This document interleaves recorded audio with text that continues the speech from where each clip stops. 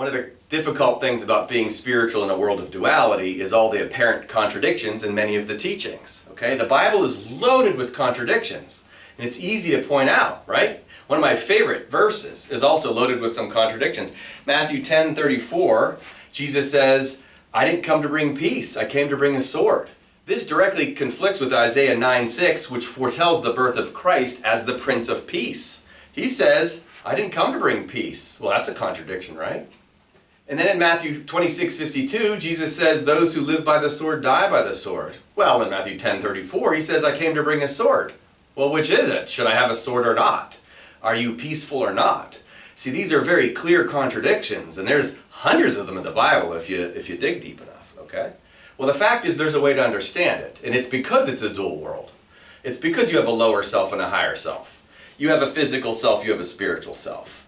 He's not always talking to the same self, okay? He could be talking very specifically to a physical aspect of you or a spiritual aspect of you, and then it would mean different things, okay? Words have multiple meanings. When he says, "Let's be fishers of men," he's not specifically talking about getting a rod and a reel and bait and like throwing a hook into a man's mouth. When he says, "Cast the net from the left side to the right side of the boat," to the disciples, he's not talking about changing their fishing techniques. He's talking about shifting their perspective from the left side to the right side of the brain. And so there's deeper meanings in all these teachings, so it's easy to get tripped up with the words. So we're going to talk about an apparent contradiction in this little lecture, starting with Matthew 7:1, in which Jesus says, "Judge not, lest ye be judged." Most of us have heard many times that we should not judge each other. Very specific, "Do not judge," he says in Matthew 7, "lest ye be judged." But in John 7:24, he then contradicts himself. In fact, the phrase itself, or the scripture itself, is contradictory. In John 7:24, he says, "Do not judge by mere appearance, judge correctly." So he's specifically saying don't judge, but do judge at the same time. But notice the other words in that scripture. Judge not by mere appearance, judge correctly. That's because there's different types of judgment. So I've drawn two body parts.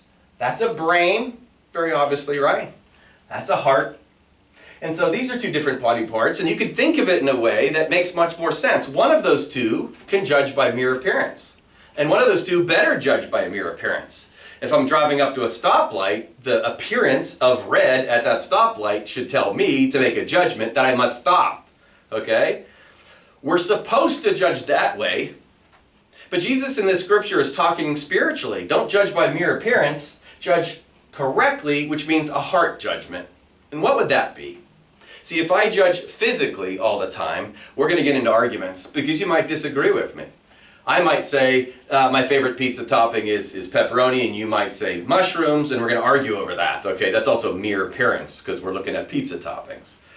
I might say the quickest way to get to Pittsburgh is via a car, and you say via helicopter, right? So we're debating like the quickest way to get to Pittsburgh. We might argue there. Those are appearances. I might say you should vote this way, and you say you should vote that way, and we might argue about that. Most of political issues are like this. You know, abortion or pro-life or mask and no mask and all those issues, okay? Those are all mere appearances. And that comes with a mental judgment, which we definitely need at times.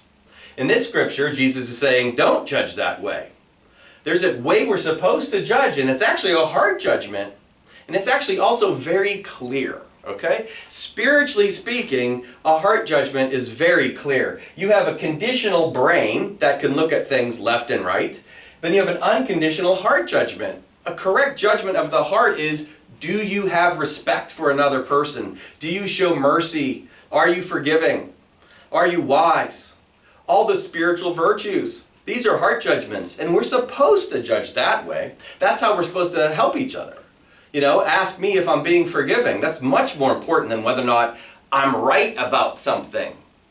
When Jesus says, do not worry about tithing, dill, and mint, and cumin, but pay attention to the weightier matters of the law, faith, justice, and mercy, he's very specifically talking about not obsessing over physical things, but paying attention to spiritual things. The world of the conditional is the world of duality. I can disagree with you over something. You can insist your way's right. We might argue about that. The world of the spiritual, the proper judgment, the right way to judge, is things that are unifying. We can all agree that forgiveness feels good, and it's better than resentment. And I can respect you while we disagree. We can agree on that pretty quickly. that feels better too. You might still insist on the conditional side of things, and your rightness is more important than my righteousness. But Jesus emphasizes righteousness over rightness. Physical people who are arguing about physical things are going to disagree. But spiritually, there's no disagreement. It's the correct judgment. It's the world of unity as opposed to duality. So the mere appearance is a physical judgment that we can make in our mind very clearly based upon the way we see things with our two eyes. Your heart is one thing, and that's a unifying thing. And I can judge correctly by being unconditional there. You may do something completely egregious to me, but I can forgive you in response. That would be an unconditional, correct judgment of the proper approach to life. Play it spiritually. Don't play it physically. We're not here to be right. We're here to learn righteousness. This is also where Muhammad says truth stands out clear from error, so no compulsion in religion. We need not force our perspectives on other people, because it becomes clear after a while whether or not your heart is unifying. The proper judgment of namaste, namaste, namaste, Buddha, Buddha, Buddha, I respect you, I honor you, I love you, and I am merciful and forgiving, and all of that towards myself and others is clearly different than error.